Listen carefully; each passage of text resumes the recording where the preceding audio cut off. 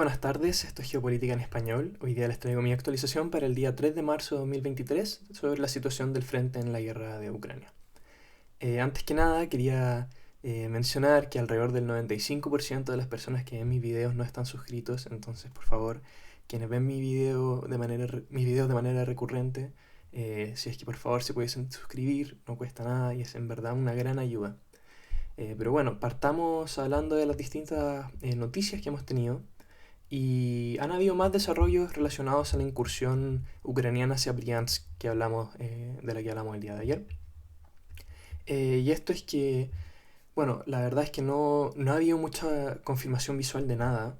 No tenemos claridad sobre si es que realmente una batalla, si es que estos soldados ucranianos que se adentraron en Briansk, qué tan numerosos eran. No tenemos nada de esa información. Lo único que sabemos es que después las fuerzas de seguridad rusas estuvieron haciendo un esfuerzo para limpiar cualquier tipo de minado que se dejó en Briansk y que cuatro miembros de la defensa de Briansk fueron heridos por una mina dejada por estos saboteadores o como se les quiera decir. Ligado a esto, también durante la noche, un dron se escuchó la explosión de un dron hacia el sur de Moscú.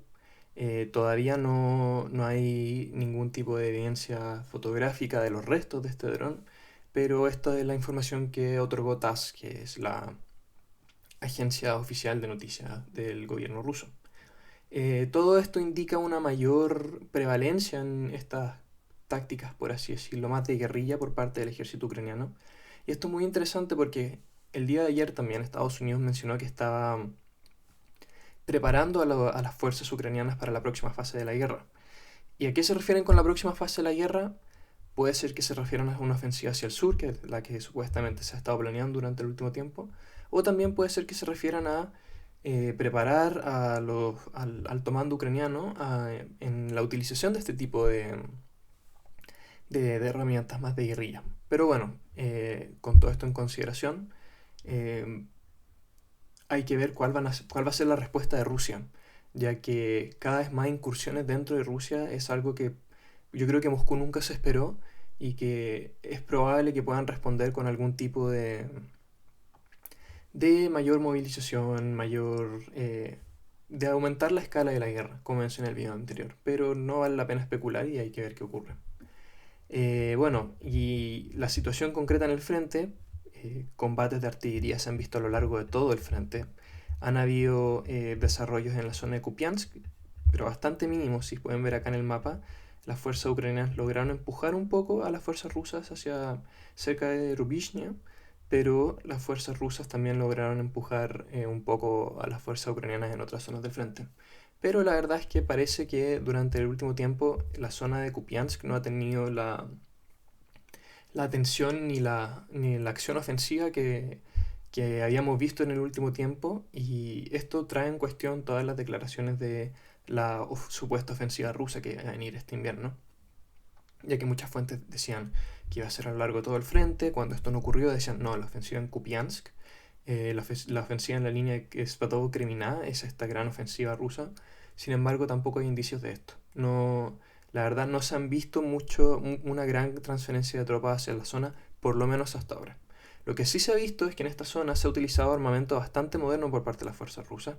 Se han usado tanques T-90, se han usado vehículos Terminator, que son del armamento más nuevo que tiene el ejército ruso, y también se ha reportado que se han visto tanques Amata T-14, que es probablemente el vehículo de combate tipo tanque más nuevo que tiene el ejército ruso y que hasta ahora, por lo menos que yo que recuerde, no hemos visto en el frente. Y quiero desmenuzar también la situación en Bakhmut, que al ser el mayor foco de atención de la guerra, todo el tiempo hay actualizaciones nuevas y relevantes y que pueden tener una implicancia muy importante en el desarrollo de esta batalla. Y la noticia más importante que se ha liberado en el último tiempo es que los puentes sobre el Bakhmutka, que conectan el este de Bakhmut con el oeste de Bakhmut, han sido todos volados y detonados por parte de las fuerzas ucranianas. ¿Y qué nos dice eso? Que probablemente abandonaron o por lo menos gran parte del destacamento ucraniano en Bakhmut, decidió abandonar el este de la ciudad. Las fuerzas rusas todavía no capturan el este, entonces hay que ver si esto significa que están avanzando con cautela o si es que todavía hay pequeños focos de resistencia, pero la verdad es que la detonación de estos puentes indica que las fuerzas ucranianas ya han abandonado o están preparando abandonar completamente el este de Bakhmut, que es algo de lo que veníamos hablando hace unos días. ¿Qué significa esto para la ofensiva rusa? Bueno, probablemente los rusos puedan, sin mayores dificultades, obviamente hay que ver, puedan tomar todo el territorio que está al este del Bakhmutka, pero obviamente cruzar el río va a ser complicado. Y acá entra el factor de las ofensivas hacia el sur de la ciudad. Como podemos ver, hacia el sur de Bakhmut, en el último día los rusos han tenido pequeños avances. Y esto es importante porque el sur de Bakhmut es una zona por la que se ha peleado por un montón de tiempo y donde los desarrollos han sido lentos. ¿Y cuál es la importancia de esto? La importancia de esto es que, hipotéticamente, si es que las fuerzas rusas logran tener un mayor avance, por ejemplo, acá si pueden ver en el mapa hasta la calle de Mariupolska, por ejemplo, va a ser mucho más fácil para que las fuerzas rusas que están en el este de Bakhmut puedan cruzar el río sin ser afectados por el fuego ucraniano y así desarrollar mayores acciones ofensivas en lugar de solamente quedarse atrapados en el este de la ciudad. Hacia el norte de la ciudad, los rusos se reporta que capturaron la planta de procesamiento de carnes que está hacia el norte de Bakhmut, por la cual se había luchado por el último tiempo. Y bueno, esta última actualización es importante porque está, como vimos en el caso de Soledar, en el caso de Mariupol, por ejemplo, o Severodonetsk, todas estas zonas industriales son bastante difíciles de tomar y se está acercando cada vez más la lucha hacia la planta de Azov, que es esta de acá, que es muy parecida, obviamente quizá no con la magnitud, pero en su estructura es parecida a la planta de Azovstal, que es la planta que fue muy famosa ya que 2000 soldados ucranianos se atrincheraron en ella durante la batalla de Mariupol. También las fuerzas rusas hacia el sureste han intentado, a pesar de que este mapa no lo muestra, se ha reportado que las fuerzas rusas han logrado retomar ciertas posiciones que habían perdido anteriormente con contraofensivas ucranianas, y esto les pone en una mejor posición hacia las carreteras hacia Ivanivske y hacia poder tomar la ciudad de Ivanivske. Las fuerzas rusas han estado atacando a lo largo de todo el frente hacia el norte y hacia el sur, y lo interesante es que también han estado tratando de expandirse más hacia el sur y más hacia el norte. En el norte hacia la línea de Dubrovo-Vasilivka y Orojivo-Vasilivka, y en el sur hacia Stupochki. No digo que todavía lleguen a esas localidades, solamente digo que esa es la dirección. Y esto, según algunos analistas, indica que las fuerzas rusas quizás están preparando un mayor cerco, que no solamente incluya a Bakhmut, sino que también pueda incluir a Chasiv Yar, que, como hablamos anteriormente en otros videos, es una localidad que está siendo reforzada por parte de las Fuerzas Armadas ucranianas. Personalmente, no creo que veamos un cerco de Chasiv Yar, por lo menos hasta que se complete el de Bakhmut, porque sería bastante difícil de mantener, y si es que llegan reservas ucranianas para romper este cerco, se puede poner en vulnerabilidad la situación de los soldados rusos. Pero bueno, hablando específicamente de Bakhmut y el cerco, hoy día habló Yevgeny Prigozhin, el jefe del grupo Wagner, desde Bakhmut, y dijo que solamente queda una carretera para salir de Bakhmut, que es probablemente esta de acá, si es que pueden ver el mapa, que va, ni siquiera es una carretera, es un camino lateral que luego se une a Ivanivske, y le pidió a los soldados ucranianos que no se retiraran. Y esto es interesante porque, bueno, indirectamente les pidió que no se retiraran porque las palabras que utilizó fueron más bien todo lo contrario. Él decía que se retiraran, que utilizasen esta opción. Él le pedía a Zelensky, retira a tus soldados. Pero esto probablemente yo interpreto que fue un pedido de que no se retiraran porque está apuntando hacia el ego de los defensores y hacia el ego de sus comandantes. Y hay que recordar que los rusos y los ucranianos son dos tipos de gente muy orgullosas.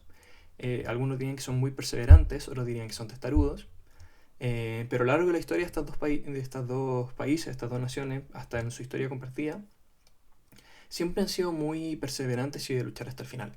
Y estas declaraciones que afectan al ego de los defensores ucranianos y al ego de sus comandantes, probablemente tienen el efecto de hacer justamente que los soldados no se retiren. ¿Y por qué quieren las fuerzas rusas que las fuerzas ucranianas no se retiren? Eso es fácil. Están muy mal suministradas. En esta zona se encuentran muchas tropas de la defensa territorial que, bueno, esto es una pequeña acotación, pero las fuerzas de la defensa territorial, como surgieron originalmente, es que uno se inscribía en la región, en su propia región, en el destacamiento de fuerza territorial y supuestamente solamente podía ser llamado en conflicto si es que había combates en esa región. Por ejemplo, si alguien es de Lvov o Lviv, que son las dos maneras de decir el nombre de esta localidad en ruso y en ucraniano, si es que uno decidía inscribirse en Lviv, no te podían llamar para luchar en otro frente. Pero esto cambió en los últimos meses y ahora soldados de las defensas territoriales que están luchando en Bakhmut provienen de muchas partes de Ucrania, a pesar de que inicialmente esa no era el trato. Y esto, aparte de ser, por lo menos en mi opinión, una injusticia, ya que se incumplió el decreto legal que se estableció, las fuerzas de defensa territorial también tienen bastante menos preparación que los efectivos regulares del ejército ucraniano. Me acuerdo que hace un par de meses se hablaba de que apenas tenían un par de tiros de práctica. Y esto puede haber cambiado, pero no he visto ningún informe que hable de que esto cambió. Y probablemente no tienen el entrenamiento que tienen otras secciones del ejército ucraniano y otras secciones de Wagner. Recordemos que Wagner, a pesar de que reclutó bastante de reos en el último tiempo, estos reos recibieron al menos un mes de entrenamiento, por lo que dice Yevgeny Prigozhin, y un entrenamiento que duraba 20 horas al día. Y las otras fuerzas de Wagner han estado en Ucrania desde el inicio, y antes de eso estuvieron en África y antes de eso estuvieron en Siria. Entonces están bastante acostumbrados a las luchas urbanas. Con lo que quiero decir con todo esto es que, bueno, en Bakhmut claramente, y esto no es un tema de ser prorruso o pro-ucraniano, las fuerzas rusas están en ventaja. Están en ventaja por suministro, están en ventaja por artillería, una fuerte ventaja en artillería. Están en ventaja por posiciones porque controlan todos los puntos altos que ven Bakhmut, donde pueden ejercer fuego sobre Bakhmut. Tienen la ventaja moral, probablemente, porque la situación en la que se encuentran los defensores ucranianos por todos los videos que emiten ellos es bastante complicada y les está afectando. Y probablemente también tienen la ventaja en experiencia en algunos aspectos. Y todo esto lleva a que la posición rusa sea bastante favorable y que quieren sacar el mayor provecho de la lucha en esta ciudad. Recordemos que Yevgeny Prigozhin muchas veces mencionó que lo importante de Bakhmut para los rusos era desviar atención de otros frentes, es decir, que los ucranianos enviaran reservas a Bakhmut y que estas reservas no pudiesen ser utilizadas en otros frentes, en una ofensiva hacia Zaporilla, en Kharkov, etcétera, etcétera. Y esto es lo terrible, por así decirlo, porque lo que está buscando al final con la captura de Bakhmut el ejército ruso es disponer de la mayor cantidad deshacerse de la mayor cantidad de soldados ucranianos posible. Y es bastante terrible porque, bueno, es lógico que los rusos, por las razones que expliqué, es lógico que quieran esto, y es una guerra al final. Pero es terrible porque el alto mando ucraniano quiere seguir peleando por Bakhmut, un lugar que han mencionado que no es importante estratégicamente. Porque ya hay lugares que pueden reforzar en otras partes del frente, a pesar de que es una ciudad relativamente grande para el contexto de Donetsk. Pero al final están sacrificando las vidas de sus soldados y por lo menos yo, y no me gusta poner mi peso personal de lo que yo creo que ocurre en el frente, yo personalmente creo que no vale la pena. Y como hemos dicho últimamente, paulatinamente el cerco se va cerrando y las decisiones se tienen que tomar rápido.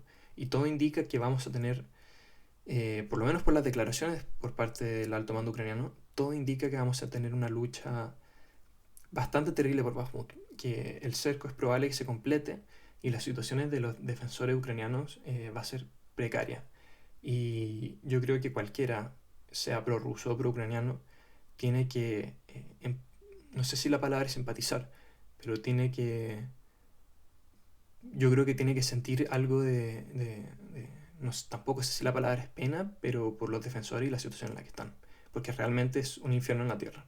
Y yo creo que nadie se quiere encontrar en una situación así. Pero bueno, eso fue el resumen de hoy. Muchas gracias por ver el video. Les recuerdo por favor suscribirse si llegaron hasta acá. Y les quiero agradecer a todos los que me han dado apoyo, ya sea con comentarios, ya sea con ver mis videos, ya sea con darles me gusta, cualquier tipo de... o simplemente con verlos y con involucrarse. Muchas gracias.